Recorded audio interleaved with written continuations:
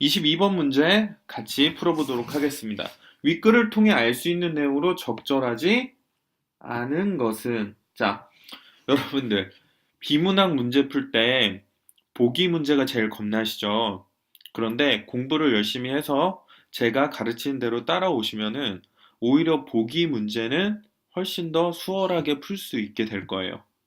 끝까지 처음에도 어려웠고 끝까지 어렵게 남는 문제가 바로 내용일치 문제입니다.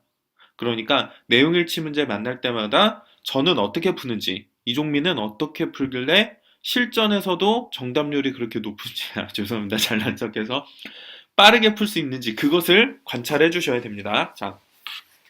자, 결론부터 말씀을 드리자면은 22번의 정답은 3번이에요. 자, 그런데 거듭 강조하는 이야기지만 22번에 1번은 왜 틀렸고 2번은 왜 아니고 3번은 왜 아니고 5번은 왜 아니고 왜 정답이 3번이냐 그 근거 하나씩 찾아보는 거는 그냥 시험지 펼쳐놓고 하나씩 따져보면 다 찾아요. 이건 어려운 게 아니에요. 정말 어렵고 중요한 것이 무엇이냐, 도대체 어떻게 해야 3번이 정답이라는 것을 빠르고 정확하게 찾아낼 수 있느냐. 이게 정말 중요한 거예요. 아시겠죠? 이 방법을 아셔야 됩니다. 자, 22번에 정답이 3번인 이유는 간단합니다. 자, 3번에서 논학하는 암묵지가 그 속성 때문에 지식의 공유 가능성이 명시지에 비해서 상대적으로 높다라고 했습니다. 그렇죠? 명시지에 비해서 상대적으로 암묵지가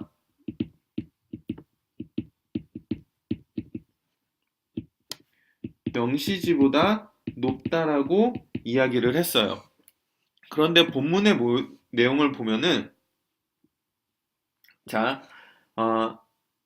논학하는 명시지에, 자, 보겠습니다. 명시지에, 다른 색깔로 할게요. 눈에 잘 띄게. 자, 명시지에 지식 공유 가능성이 더 높다고 했습니다. 그렇죠? 명시지의 지식 공유 가능성이 더 높다고 보았어요. 그러니까 답이 3번인데요. 그렇다면은 이종민 선생님은 수능 실전에서 이것이 정답이라는 근거를 어떻게 찾았을까? 자, 여러분. 아까 우리 22번이 이 지문이 분류해서 설명하는 것이기 때문에 분류한 내용을 밖으로 빼서 정리했던 것을 기억하시나요? 네, 그렇죠. 자, 여기 보시면 명시지가 공유 가능성이 더 높다라고 나와 있습니다.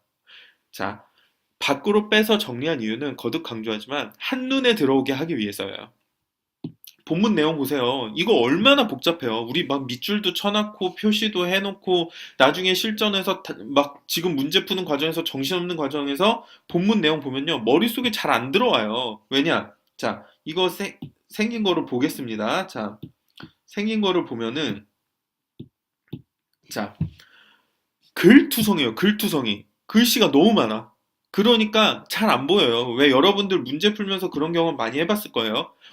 분명히 내가 아까 여기 분명히 찾아봤는데, 이 부분 분명히 찾아봤는데, 자, 왜 이 부분을 분명히 찾아봤는데, 왜 내가 아까 찾았을 때는 안 보이었는데, 지금 보니까 보일까? 이런 경험 많이 하셨을 거란 말이에요. 근데 그게 그때 한 번만 나타나는 현상이 아니라는 겁니다.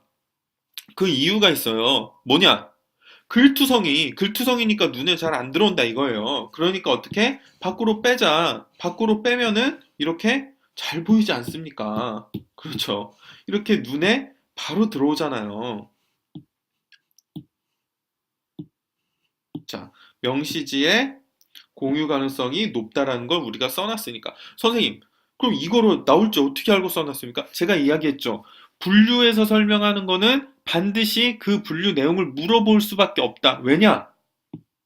앞에 문단 5개 중에서 3개 문단을 할애해서 암묵지, 명시지에 대해서 설명을 했습니다. 그러니까 당연히 문제에서 확인할 수밖에 없다는 겁니다. 아시겠죠? 그러니까 여러분들 제 말 믿고 본문에서 무언가 분류해서 설명하고 있다. 자신있게 적어주세요. 자신있게 밖으로 빼서 정리를 해주세요. 이게 여러분들의 문제풀이 시간을 줄여주고 전체 세트 문제 해결 시간을 줄여줄 것입니다. 자, 그렇다면은 22번 자, 이 상황 기억하시죠? 꼭 기억해 두셔야 됩니다.